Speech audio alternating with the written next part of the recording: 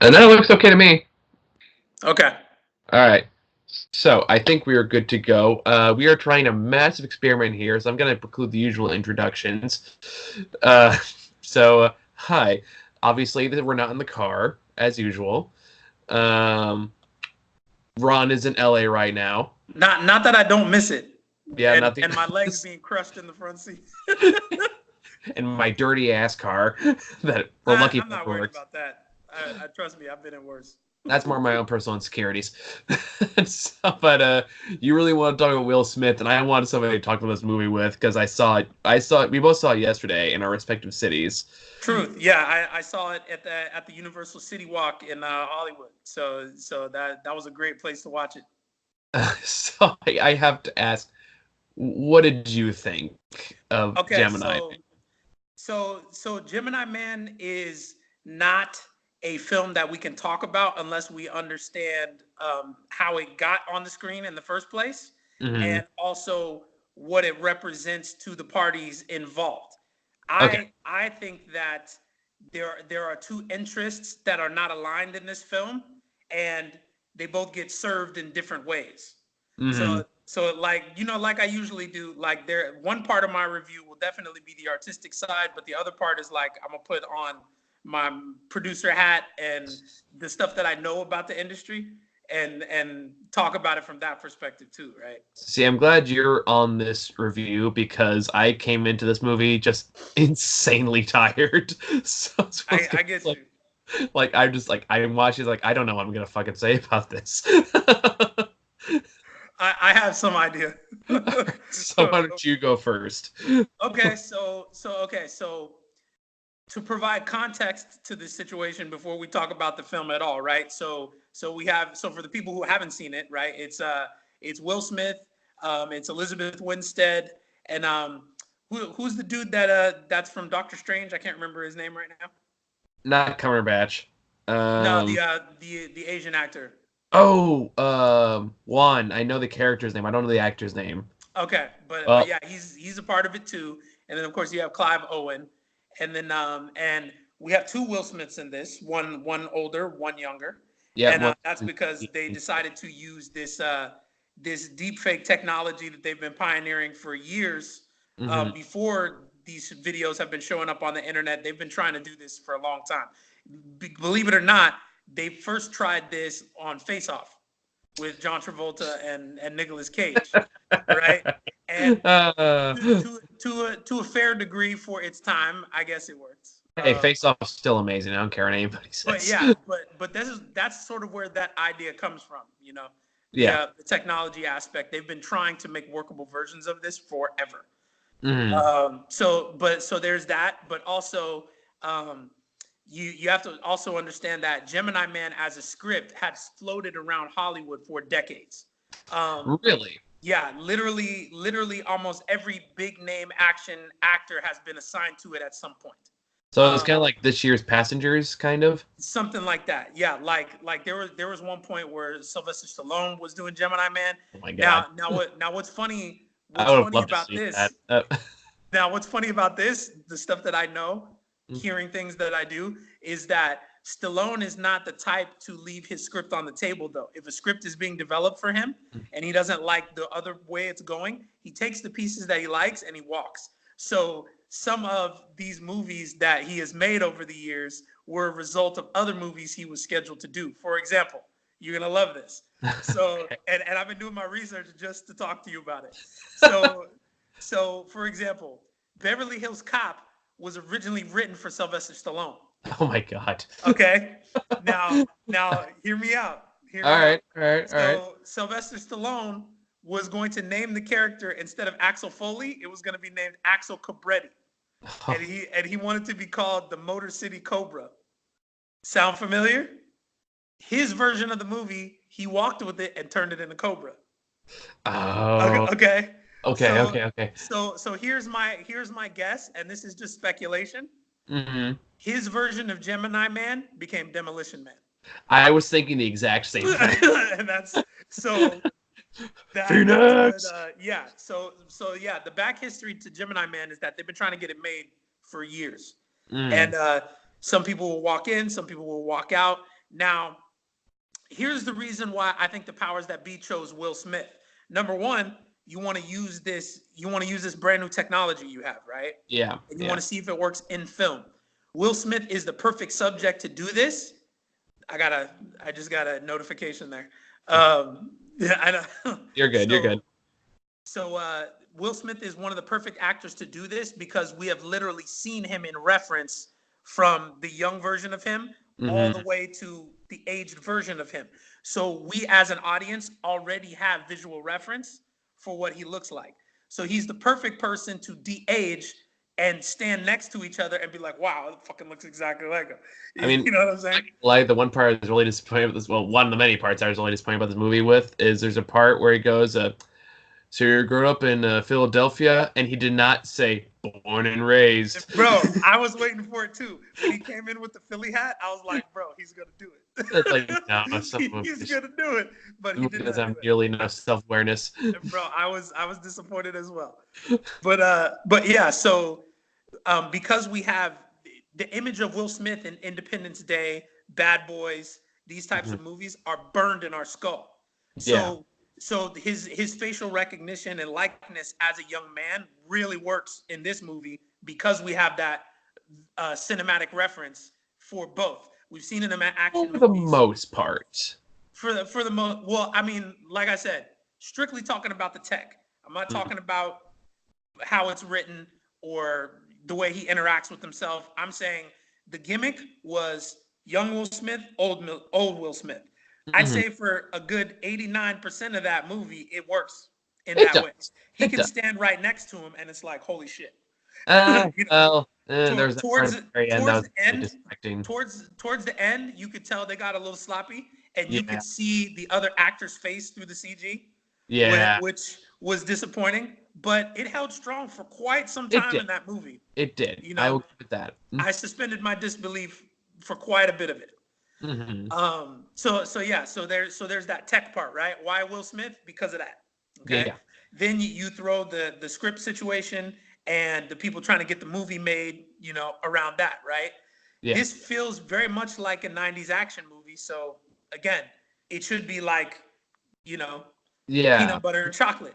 But the thing is that what I think really makes it suffer is the fact that you can tell which parts of the script are somebody else's writing and what parts are other people's writing. It's patchwork. Yeah. The script seems like it was stitched together from like 8 different writers. I could see that. I think for me, a lot of it was it felt like the script for kind of like a Stallone movie in a way. Like it felt more like an 80s or 90s B movie that's played totally straight, and it doesn't really work. Right. When you play it totally straight. And I think that's the feel it was trying to elicit. This feels like a mid 1990s Joel Silver, Warner Brothers, action blockbuster movie. It really does. That's what I felt like they were going with. Yeah, but then Ang Lee took the script, and I guess he just decided to want to play it like super straight or like really serious, and it's just like it does. This concept, this movie, these dialogue does not work when you say it straight. It doesn't work, especially because Ang Lee's scope is so big. Yeah. His shots are beautiful. His shots are very sweeping. They're gorgeous, and it doesn't match with the action, and it doesn't match with where the plot goes. Right. I think there's. I got that right off the bat. I think there's a lot of points where I was just kind of like, oh God, did he really just say that? I think the one that killed me was like, oh God, here we go, is when like the main bad guy goes, it's like if the Hindenburg crashed into the Titanic. Look, did you just say that out loud? Yeah, bro. Oh my. Or like what the fuck was this one was kind of funny though, where he's talking to himself and he's like, because I'm the best. He's like, you clearly are not the best. That was still like that was and that's what I mean. That's why they chose Will Smith, because only he can get away with shit like that. like no. And if it kind of leaned into that more, I would have think this movie would have worked a lot better. Like it was kind of like a bit self-awareness, a bit kind of tongue-in-cheek. Like we get this is kind of silly. We know the dialogue is kind of silly, but we're kind of lean into it, so it's kind of fun. We have there are some concepts here that are worth pursuing. There are. For example, the male and female protagonist having a close relationship and working together without feeling like they're less than each other. For example, it's obvious that she's an agent unto herself, but Yeah. she's clearly learning from Will Smith as they're fighting together. But hmm it doesn't feel like they're one off in her or making her feel like, oh, That's she's his true. tag along. You know what I'm That's saying? And that being Ang said. Lee's very good at that. That being said, can we talk about like their, I guess, second introduction sequence together? How awkward it is. Uh, Second introduction, like what are you well, talking like about? when he like it's there's this whole thing like Will Smith is like an ex-assassin who, after like killing somebody on a train, which was a pretty cool sequence. I totally give it that. Yeah, Uh, it's pretty cool. I would that have was a wanted to pretty see decent the sequence. whole kill though. I know, right? But after that happens, it turns out a conspiracy. He like worked for an underground thing that makes clones, and he realizes that this woman who is working the front desk at this dock where he's taking a boat out is actually a spy, and he immediately just confronts her on that the minute he suspects it, in a scene that's like really weird, like really cringy to watch. Yeah, Uh, I think it's cringy because it's so long. it's so long, and the way You it's know, phrased, the way it's like dialogue, it goes in the category of like, who the fuck talks like this kind of a way. Even right. taking Where it he's like into account, really like the going at character. her, and she's Yeah, like doing, and it's almost like see, and this is the danger of Will Smith, right? Like Will Smith is so fucking approachable that I like Elizabeth Winstead had a hard time playing her fucking character. Like she kind of just gave up. I don't know. I kind of You feel know? like she's playing it better than Will Smith, because and that's not necessarily Will But she Smith's didn't fault. even try to conceal her identity. She pretty much just went. I mean, You that being know? said, like he has lines like "name 5 buildings on your campus." Like, okay, this, and this. Like, nah, I know you're lying. Like, why? No professor told me to piss off. It's like, what the fuck? Yeah, yeah. Like, who the See, fuck is that? yeah, Why is that's that a a Men in Black line, bro. thing? That's a Men in It's like, Black line. We're like, and if tell someone me threw why that at me, Susie I had to go like, die. I don't know, science, math, engineering. Like I probably would have gone with it. I don't really care. But No, I get you. Like, yeah, it was written for someone else, and they kept it. That's what I feel like. and then it follows that same dialogue right up with like, I'm sorry, let me buy you dinner. What time do you get off work? And she goes along with him like, bitch, run. That's what I'm saying. Like those are the parts. Well, fuck it, it's Will Smith. I feel safe. You know, I'll go Like, with him. it's like this person, this like that's it's like this person's gonna hand your skulls a chandelier. That is what's gonna happen. You get the fuck out of there. Right. Now, Creepy ass man. but what's even funnier, use your imagination. Imagine Stallone at his age doing that shit right now. I don't know. I saw the last Rambo movie, so maybe. Well, but him asking her to get a drink and shit. uh, Um, did you watch the last Rambo movie? I did not see it yet. I did not. But I mean, you can't spoil it for me. Motherfuckers just die. I know. Like, If, wait till something it comes happens. out. Rambo decides he wants to kill a whole mess of fucking people, and he gets away with it. It's more like it's about an hour of nothing with 20 minutes of holy shit. But It makes sense. so really just YouTube the last 20 minutes when it comes out on Blu-ray. That's inevitably it's going to happen. That's the only actual Rambo in the Rambo movie. But anyway, I'm getting off track. The point is just the way the dialogue is written and the way it's delivered just feels like so like ham-fisted, and just everyone just seems uncomfortable with it. Yeah, I totally get that. And Totally get that. even Will Smith, and God bless the man. I think I read something like Ang Lee told him to act less, like during some scenes, He and very you well can might have, tell. and you. I don't know if we've ever had this conversation before, but I don't have a problem having it on video. So go ahead. I'll get to the Will Smith part. Like because Fair I enough. followed his, Yeah, I I know you're followed his talking about. career. You know, Yeah, I know a lot about him. He's actually one of my favorite rappers. So he was the model for how I ended up doing this. yeah, I know we've talked a little bit about it in the past. Like Yeah, with, I think we talked about with Focus, if I remember correctly, which is the focus. Yeah. with the Margot Robbie movie back like a couple years ago, however long that was. God, never mind. I don't want to think about it right now. I think it's again. I think the problem is like the parts I'm supposed to take seriously, the parts where it's like trying to like, oh look how cool and badass these characters are, is when I just start openly laughing, because that's when they would throw the CG in there, and when you put like the actual CG, that's not like the de-aging stuff. You can just see where they had gaps in the budget, because Right. Yeah. Like there's some shots that are fucking amazing, and some shots were like, you didn't finish that. Yeah, it just looks You know? insanely cartoonish. Like I think the part that made me laugh is when young Will Smith just kicks older Will Smith with the fucking motorcycle, which is supposed to look really cool, but the way it actually looks, it looks like just a rubber doll just got thrown over a car. I just started bursting up laughing. I was like, what the fuck am I watching? I don't get this.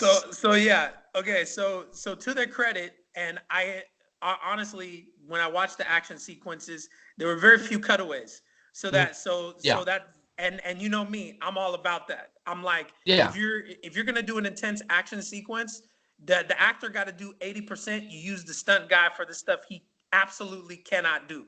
yeah, So props to Will Smith and whoever played young Will Smith, because I caught a lot of that action because it wasn't flashing in front of my eyes, moving yeah. from Like, place to place. So and Ang Lee, I think, feels the same way that I do, because mhm, any action sequence he does, like he has these long extended shots of fighting. For example, like Mission Impossible 2, where they're mhm. like fighting on the beach and shit. Like Tom Cruise was not having a stunt double do that. Like he was Yeah. doing all that Well, shit. well, Tom Cruise is fucking insane in general. He is insane. It is a countdown to this dude killing himself. Oh God, one way or another, You he's know, like, like and like, I mean, heaven forbid, I don't want that to happen, but that's literally why people watch Mission Impossible movies now. They're like, what is at this what point big is he going to show? cripple himself doing a stunt to where he cannot come back? I think the funniest part to me is like the only doing all insane shit he did in the last Mission Impossible movie. The one part he injured himself was just jumping from a rooftop, Right? That's Tom Cruise, though. The like man, racing the against man. traffic, like racing against traffic with no head, like safety gear, climb up a fucking helicopter. What's the thing? Right. Okay, he twists his ankle, like jumping onto a rooftop. That's what does it. It's like okay, See, yeah, actually it happened just in the like movie too. Jackie Chan. Jackie Chan can fit himself through a freaking cashier's table at a casino, that small little slit, Oh, but he jumps on a dumpster and breaks his foot. You know what I mean? Like shit like that. weird You know? Achilles heel. And like that's not to say anything go against like Ang Lee's like filmmaking skills. 'Cause he's a very talented filmmaker, Yeah. and he knows how to he knows how to do great cinematography and great set design and great set pieces and stuff like that. The problem is, I feel like a lot of times Ang Lee isn't really aware of the kind of movie he's making, and he ends up taking it too seriously. Like the same It thing could happened, be, or like he's trying to impress his own image upon something that's not there. that's true. Like, or it's like, yeah, like that. Piggybacking off that, that's kind of like projecting his own artist or directorial style on a movie that just does not really fit. Like Yeah, have you, for example, have you seen Paycheck? I'm not. Wait, was that the Ben Affleck movie? Ben Affleck and Uma Thurman. Great movie. Yes, I I have love seen. it. Yeah, I like But Paycheck too. but in the film, Ang Lee is really, what he's really trying to make is a Cary Grant movie from the Hitchcock Mhm. era, Yeah, and Ben Affleck is just not up to it. You and understand? it Like, should also go with like the original Hulk, like the right, 2003 Hulk movie, where it's like that was really the most problematic element of the movie. Is like he's trying to make this like poetic like dive into psychology and imagery and like they're like shots framed like comic books. 'Cause I guess that's what like that was seen as like we didn't know what the hell we were doing with comic movies back then. I think it's fairly safe to say. Uh, I mean, like, but I think something that can't be overlooked is that Ang Lee saw it as more than just a comic book movie, and maybe that's kind of what set some of the precedent for what happens now, because he saw it as more of an overarching story, and again, he adds these big scopes and, these things. It wasn't there at the time for his movie, but that mentality, I think, helps. True, and I'm not saying the mentality is a bad thing. It's more like Yeah, what kind of story, what kind of character you're trying to ram it into. And in this particular case, you can probably get away with that with the Hulk now, especially with doing the comics right now, because it's some really fucked up shit going on there. Look up the Immortal Hulk if you ever get a chance. It's a really messed up book, where he just dies every day, and then he comes back and it's really like weird, like horrific imagery, really kind of morphs back together. It's really fucking creepy. okay. Um, yeah, but like back then, I guess the world wasn't ready for that kind of Hulk. It was like he's a big green rage monster. Right, right. We're just, It was we're just something I felt it like was it was too much for us to think about when we just wanted to see Hulk get represented well. yeah, and it just didn't really work for the time. And again, that comes into projecting his own ideas into a script and a story that just didn't really fit it. Agreed. Like the And mentality wasn't wrong. that's kind of The what happened here. and the That's kind of what ideas happened. weren't wrong, just the script and everything else that went into it just wasn't there. And yeah, this same case here with the Gemini Man. Like the ideas are there, like the shots are there, the actors are there, but the script is just not there with it. And that's where I feel like it's really feels like a conflict of genres, where he's trying to make this like this action drama movie, but really this is meant to be a cheesy B movie at best. Right. Uh, And I think and because of that, I think the parts of that are that don't lose their charm. yeah, It's not the worst action movie I've ever seen. no, no, no, You know what not I by mean? far. Like I'm like this is not even getting close to like my top 10 worst of the year. Yeah, this is like mid-tier action movie from like 1996. Yeah, like I said, if this was made in like 1980s, a Stallone or Bruce Campbell would have starred in this. Something, yeah. Or Not Bruce Campbell, Bruce Willis. like Kurt Russell Kurt or Russell, yeah, we would have been like somebody. That's the vibe I get from it. or Schwarzenegger even. Maybe you can make an Yeah, argument. Schwarzenegger, even maybe even Van Damme Yeah, during his time. a Universal Soldier. I get a lot of hints of Universal Soldier in this as well. a little bit of Universal Soldier. Yeah, a lot more Face Off now. I think about it. If they kind of went in the Face Off vibe, it probably would have been really entertaining. Because love or hate Face Off, you cannot deny it's its own thing.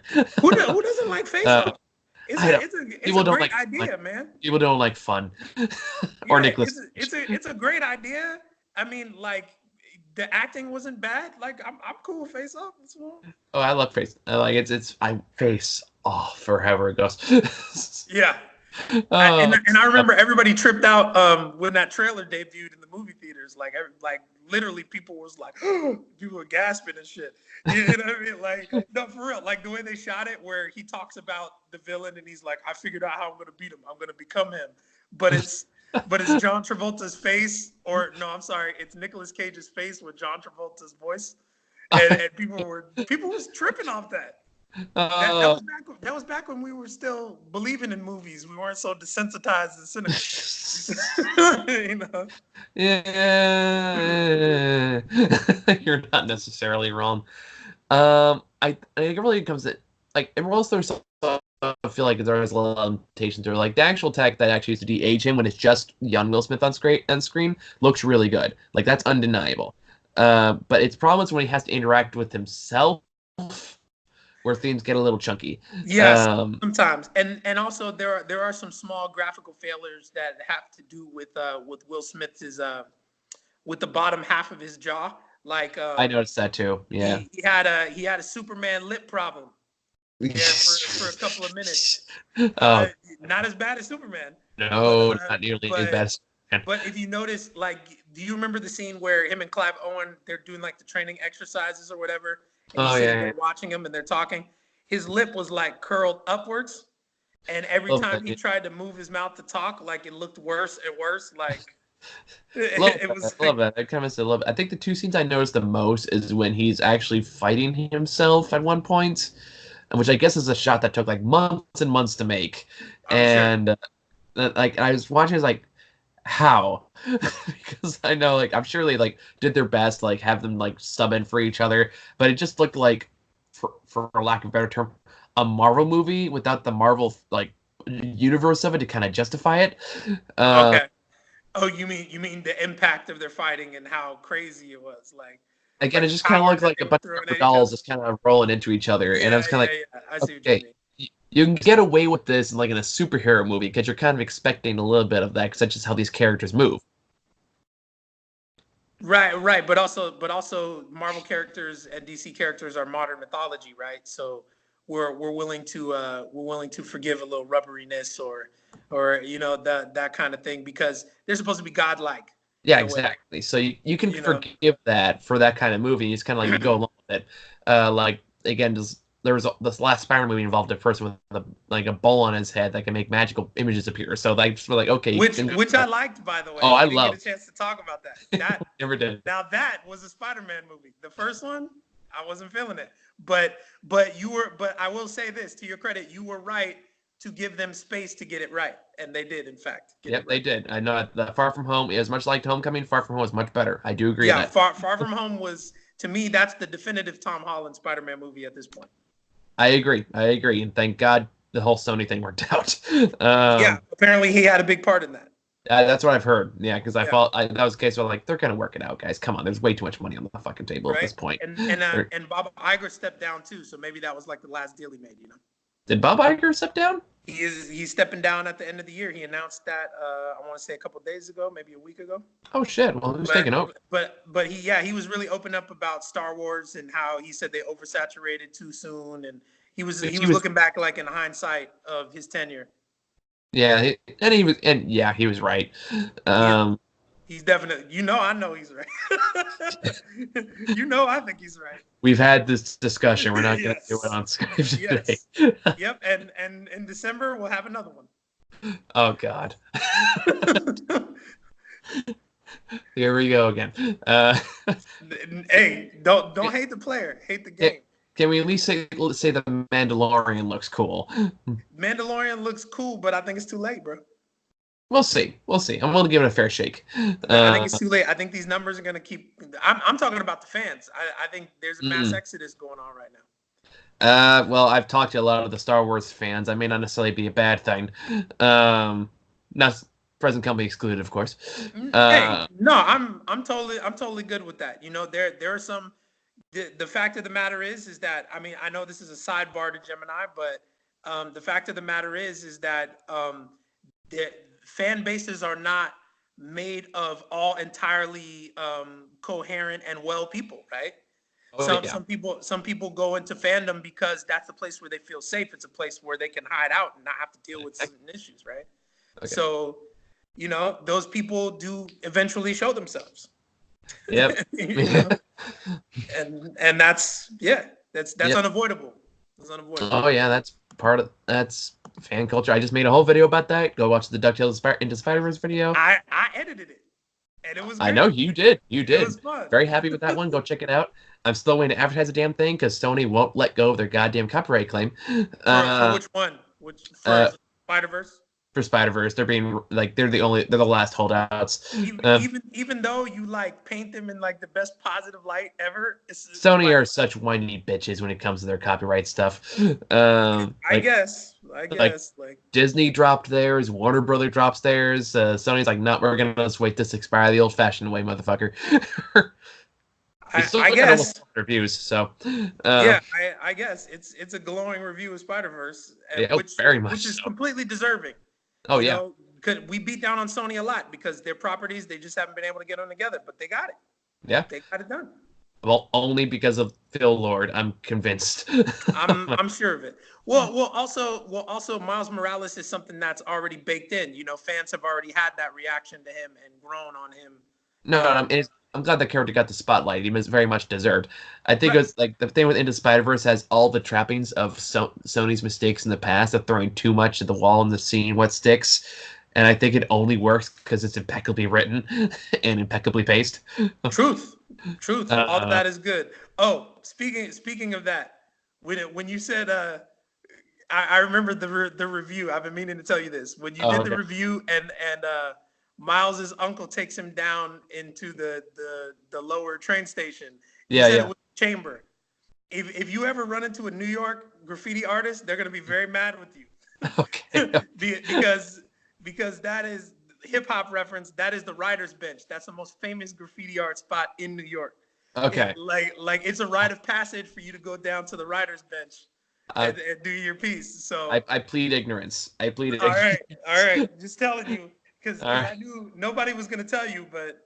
Well, I appreciate the heads up. I still as far as negative comments go, that's the least, worst one I would get. Yeah, I still have to feel Nazi comments every now and again. But yeah, that's a hip-hop landmark, man. A writer's bench. I'll keep that in mind just in case somebody just goes, I didn't know! Don't hurt me. It's all good. Verbally. It's all good. And speaking of which, they depicted it 100% accurately, by the way. Somebody must have went down there and took pictures because... It must have. Perfect. Yeah. No way they didn't. But back to Gemini, man. Okay. So Gemini. I'm holding my Will Smith bullets in the chamber. Whenever you want to talk about that, I'm ready. Go for it. Okay. So again, Will Smith is a personal hero of mine. His archetype is literally what made my career possible. You know what I'm saying? Yeah. Being a musician who transitions into acting, even though I've done it, my whole life. But I got this thing with Will Smith. All right. Okay. I got this thing with Will Smith, and it's about his acting. Okay. Will Smith, and again, I'm trying to choose my words carefully here because I respect the man in every sense of the word. When it comes to Will Smith's acting, he doesn't allow himself to go emotionally to some places that the script calls for him to go. It's obvious that when he is in the scene, and here's my thing with Will Smith. Every movie he's in, he has this Oscar moment. He has this moment. You know what I'm saying? Like he has this. These writers, they write him these beautiful moments, and he has this Oscar moment where he can break through the current tier of actor he is and break through into excellence and be considered among the greats. He gets an opportunity to do it every single movie, and he'll get right there, and you're watching. I'm leaning in. I'm like, he's gonna do it. He's gonna do it this time. It's gonna happen. He's gonna get the Oscar. This is gonna happen, and then it falls flat. Like, what would you say was the case in this movie? What's up? What would you say was the one in this movie? So here's what's funny. Here's what's funny. I think emotionally, he gets there in the moments in these movies, but he won't get credit for it. You know why? Why? Because he's doing it back to his own face. So you say it's ultimate act of narcissism. Do you get what I'm saying? It's like he finally had that open up moment, but it's with himself. Yeah. You know what I'm saying? There are many times where he hits the notes emotionally in this movie that he should have hit in Concussion. Yeah. Pursuit of Happiness, all this other stuff. But it's out of place, and he'll never get credit for it because of how it happened.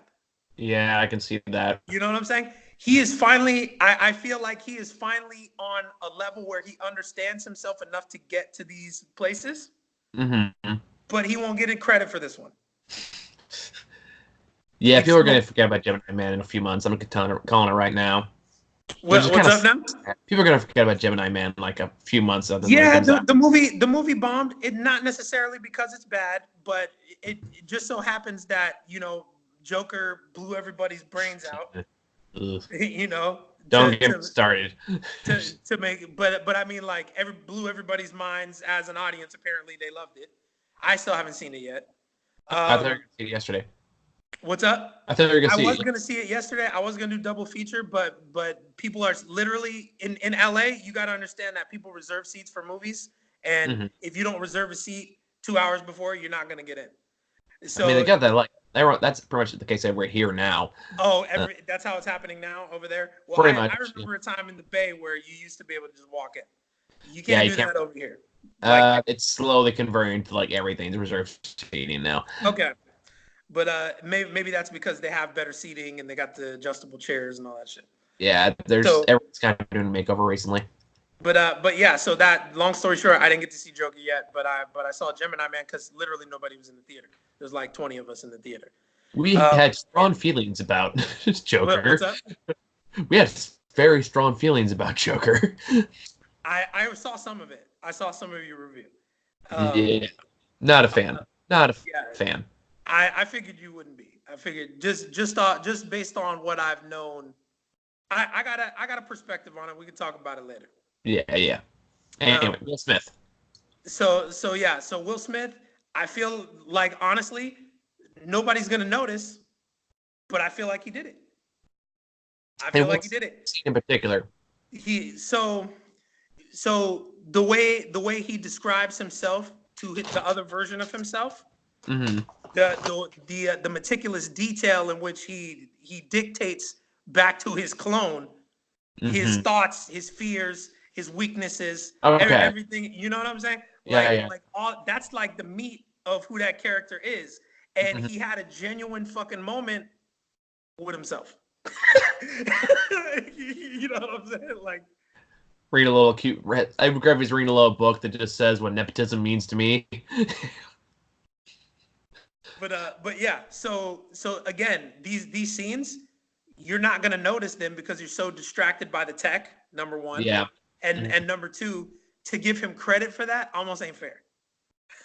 Yeah. When other people train and work so hard to be able to do that with other people that they barely fucking know. Yeah. You know what I mean? Like that's the only problem I see with it. I feel like he's finally gotten to that level. I'll have to see it again, and the audience will have to see him in a movie that does well for him to get the credit, though. People are going to gloss over it.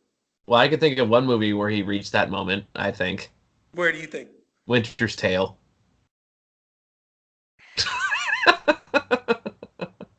No, Bagger Vance. That movie exists, and then Bagger Will Smith's Vance. in it. Bagger Which one? Vance. The Legend of Bagger Vance.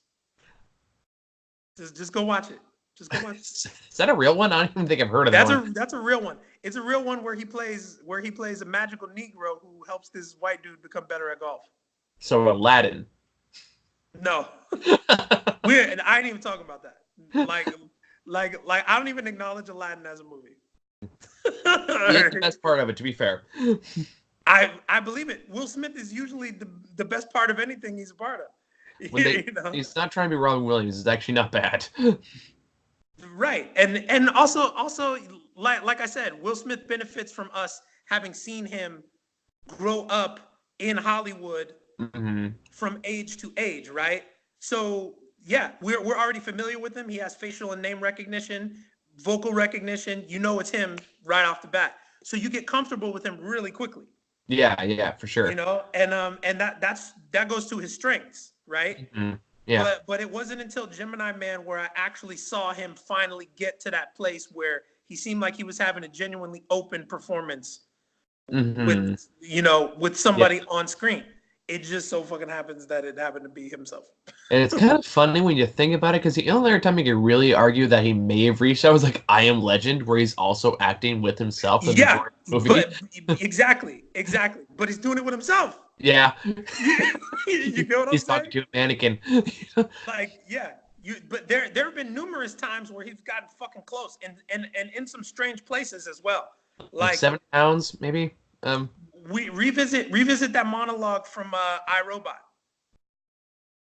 Which monologue in iRobot? It's the monologue where he's talking about how the reason why he hates mechanical robots because they have no humanity, and how he was drowning and the little girl was drowning and the robot chose to save him because he had a better chance of survival. Right. Like I said, his moments, they show up in the weirdest places, and then he almost gets to him, and then nah.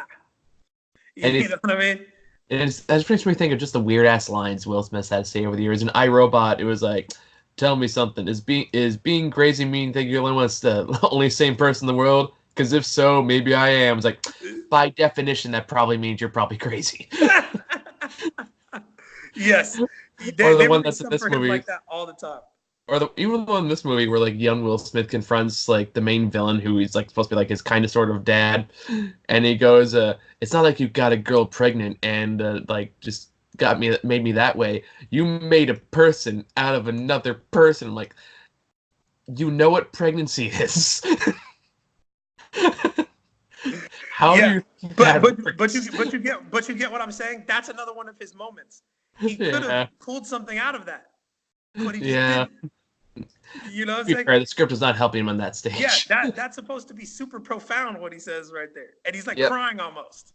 And he goes in there, but it's going like, "I never liked such and such part before." It's like weird way to start this conversation. But also okay. So there's another issue I have to address with the film. I know most people won't see it this way, but like I said, given my training, given the person that I am culturally, it's something I choose to look at. Okay. So the elephant in the room is we must talk about the cultural impact of a white man cloning black men as an army and raising one as his child. Yeah. And making them do nothing but heinous, barbaric. Do you think it's intentional subtext? It's intentional, but I don't think they quite understood exactly what they were messing with there. Yeah. You know what I'm saying? Like at the end where there's already two of you, and then there's another one. Yeah. And Yeah. and I totally and get that. you shoot. Yeah, he shoots him, and he dies right in front of him. And Yeah. at that point, it drives the point home. We're like, okay, so all three of these Will Smiths are black people playthings. Yeah. To the white man. You get what I'm saying? No, And I and do. I hear you. that's the part where that almost crosses the line into irresponsibility in filmmaking. I felt the same way about Brightburn, although I understand I'm in the minority on that one. Right. I don't know if you ever saw And like I said, this is only to the trained eye. This is not something that people will even process. Most people won't No, even give but a shit. I totally get what you're saying though. Yeah, there has been a like disturbing subtext to that it's debatable whether or not it was intentional, but either way, it still But continues. Clive Owen's character is adamant that he's right, and his Yeah, justification, his justification is that some look at this guy now. He's gonna have to go fight because my black soldier is dead. yeah, You know what I'm yeah. saying? And so We this is have, the most you know, humane all thing these we've ever people done. can leave their mothers and die because I can't clone black soldiers. Why won't you let me do that? Yeah, You know yeah, what I'm saying? that's a Like, pretty. okay, bro. Like, Yeah, the okay. more I think about it, the more like, okay, yeah, there's quite a bit of that. Now, granted, the person who does that is still the bad guy, so you can still say it's painting that idea in the negative in True. that regard. True. But in order to write a bad guy, the bad guy has to believe that he's right, which means the writer had to write him like he thought he was right.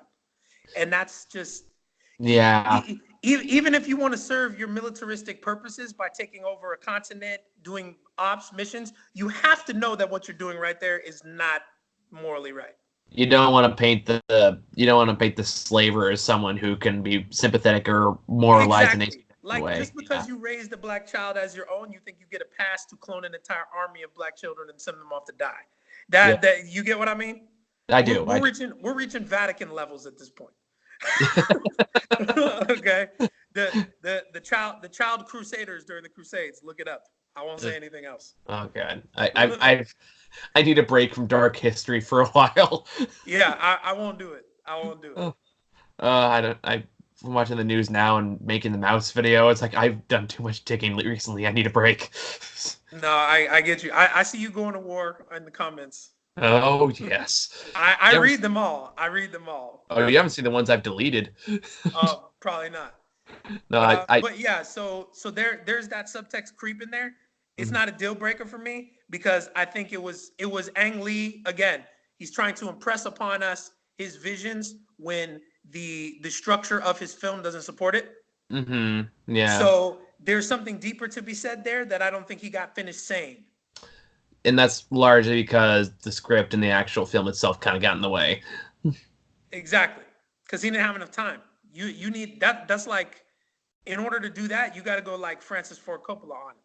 Oh God. You know what I'm saying? 3 hours long. In order to explain a concept like that, you need way more time. Oh God. It's just hard to sit through 2 hours. I can imagine doing it for 3. So those are my thoughts, man. Like again, Gemini Man. I'd watch it again in the world. Yeah, I'd watch it again. It's not going to sit in my collection, but I watch it again. And again, it's another stepping stone for Will Smith's career that I think we might look back on one of these days and realize, okay, this is his crossover moment. Maybe. I guess we'll just have to wait and see. I think for me, like, if I had to pick a movie I just had more disdain for, I would say The Joker is much higher on my list. Just because, same way you can make an argument for the black slaver argument for this movie, you can also make an argument that Joker is really symbolic of how a right-wing person views left people. I think is what we possibly, and maybe I'd be more subscribed to that opinion. If I didn't know that all of that's in the Joker already in bits and pieces throughout the years during his lore, You know what I mean? Maybe that's why I find it a little bit more acceptable coming out of him. I mean, I'm very familiar with the character too, but you can tell this is a director largely projecting his own views on things. Okay. Okay. Well, Um, I haven't seen it, so. yeah, like when you see it, you'll know because you'll be able to see the inconsistency the same way we did. Um, like this isn't like him trying to capture the chaotic nature of the character. This is the director clearly projecting his own ideas on things in ways that were never mentioned at any point during the movie. There's a line where he has pretentious speech about society, where he literally throws in the line of "You people get to decide what's funny and what's not," and it's like that you didn't care about who thought was. You didn't care about that until literally this exact second. So Okay, well, yeah, then that doesn't sound like Joker to me. Joker's always a dude who's as Heath Ledger says, he's the dog chasing cars, right? yeah, but this case more like this is Todd Phillips angrily decrying, you people don't want to hang over four because woke culture, blah. I see what you mean there. What I get from the trailers is that they're trying to make like a 70s anti-hero movie like Dog Day Afternoon, the taxi driver, shit like that. That's what I got from it. Which is what they're trying to do, but the problem is it doesn't really know what it wants to be or what it wants to say, so it just ends up like throwing in elements of everything without actually anything coherent. Yeah, but anyway, that's you go watch it for yourself, and we'll talk about it then. Yeah, I'm definitely gonna see it. But yeah, Gemini, man, not gonna set the world on fire. I think it got a bad rap because it got released at the same time during a kiddies movie, The Addams Family, and then Joker had a huge success. So people and trust me, if the content is anything like what people are talking about in the Joker movie, people are probably like, I'm not going back to the movies right now. Yeah. So, I think everyone else is all like, "Oh, this is so deep." Me and Muha are just like, "This is fucking bullshit." But yeah, I think Gemini Man got a bad rap, and it's actually one of Will Smith's better moments in acting. Yeah, I mean, there's definitely parts that you can say like, "Okay, that part bad was good," but it just does not work as a whole, and it really needed a few more rewrites to modernize it and keep it up with. Yeah, it's stuck in the '90s for sure. Yeah, like it really needed a few rewrites, and the Ang Lee needed to be more part of script supervision. Yeah, it really is. It's largely the script. It's not the actor's fault. It's not the director's fault. It's not the cinematographer's fault. The script is just dog shit. Another person in the script I really wanted to give props to. Well, not in the script, but in the film, is Elizabeth Winstead. I'm getting real strong. Sigourney Weaver vibes from her. She's starting to transition as well. I feel like she's gonna be ready to take on. Honestly, I mean, if we're going back to the end of the Marvel 10-year era, I feel like she got stepped over for Captain Marvel. I feel like she would have done a hell of a job playing Captain Marvel. She would have. Literally, you could have swapped her out with Brie Larson. I would have had a great time with that movie. Like the movie was okay, but I think she would have made it better. Yeah, I can argue with that. That being said, I'm okay with Brie Larson personally, but yeah. To me, the face loses me. The face, like she got these dead, cold eyes, man. Yeah, we've talked about that before, and I get what you're saying too. And there's definitely validation for that. But yeah, Winstead, I feel like she's transitioning really well. With age. She is. No, it's like I'm definitely seeing more stuff recently. I think what was that movie she in? Swiss Army Man. She was in that one. She was really good. Okay, I didn't see that one. No. Oh my God, you want a trip movie? Go with Swiss Army Man. And also, she happens to be playing Huntress in a film called Birds of Prey. I think everyone should check that movie out. I think we shall.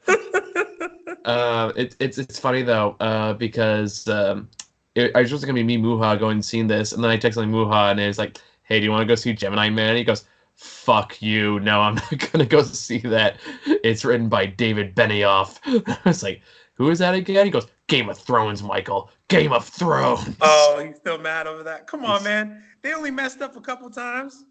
You can't throw out the whole series with the bathwater just because they fucked up a couple things, man. They fucked up a lot of things. but I'm just saying, but largely they wrote a pretty good fucking series, like beginning to end, man. Even if it's not that faithful to the book or whatever, like it was engaging. It did its thing. I mean, nobody agrees with the ending. Nobody agrees with the ending. But hey, man, you can't. That's like years of good work. Yeah. I mean, I'm not quite on the Game of Thrones hate train like other people are. That being said, the more I've thought about the last season, the more it's like, Okay, yeah, I get it. Okay. I'm gonna tell you my pet peeve. The only one I have for that season. So, and then I'll preface it at the end. My pet peeve is that battle. Mm. Y'all covered the battle in snow for like 5 minutes. Okay, Mm-hmm. Yeah. you wrong for that. Okay, you wrong for that. And I was so hyped. And all I got was CG snow. Okay, just like a dark blue background and CG snow for like literally like 5 minutes. I couldn't see a damn thing that was going on.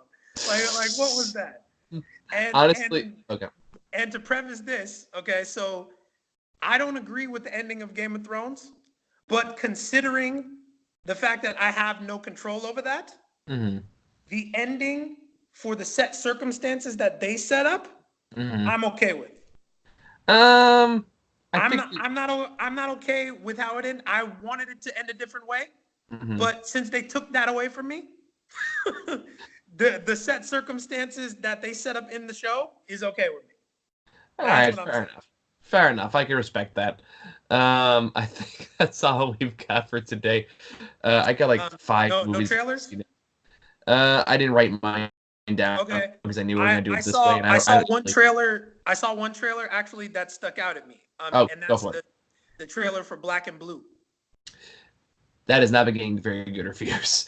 But I'm I like the interested in it concept. because the concept, they're trying something new here. Yeah, I did like the concept. Yeah, it makes me want to watch it just to see. Yeah. That being said, I saw the poster and I was like, oh god, Tyrese Gibson's in this movie, Yeah, and he's Tyrese. not. I He's mean, not like Tyrese in seems the like a good trailer at guy. all. He works as hard as he can, but he's another guy. Again, he's another guy like I saw Will Smith years ago, where like massive potential, but Yep. just there ain't nothing No, there like, yet. now, There's I've nothing actually there met yet. Tyrese Gibson. He's a very like energetic dude, but it's more like Right. just he's just not a very good actor right now. Yeah, Um, just and that's but like you said with other movies that we've talked about, he's still young, man. Give him a chance to grow. He might yeah, come up it with could change. something It great. could change. Who knows? It's no next week. I got to see Maleficent 2, the Zombieland 2, which I'm actually kind of looking forward to. I like the first Zombieland. And I think Jojo Rabbit comes out in limited release.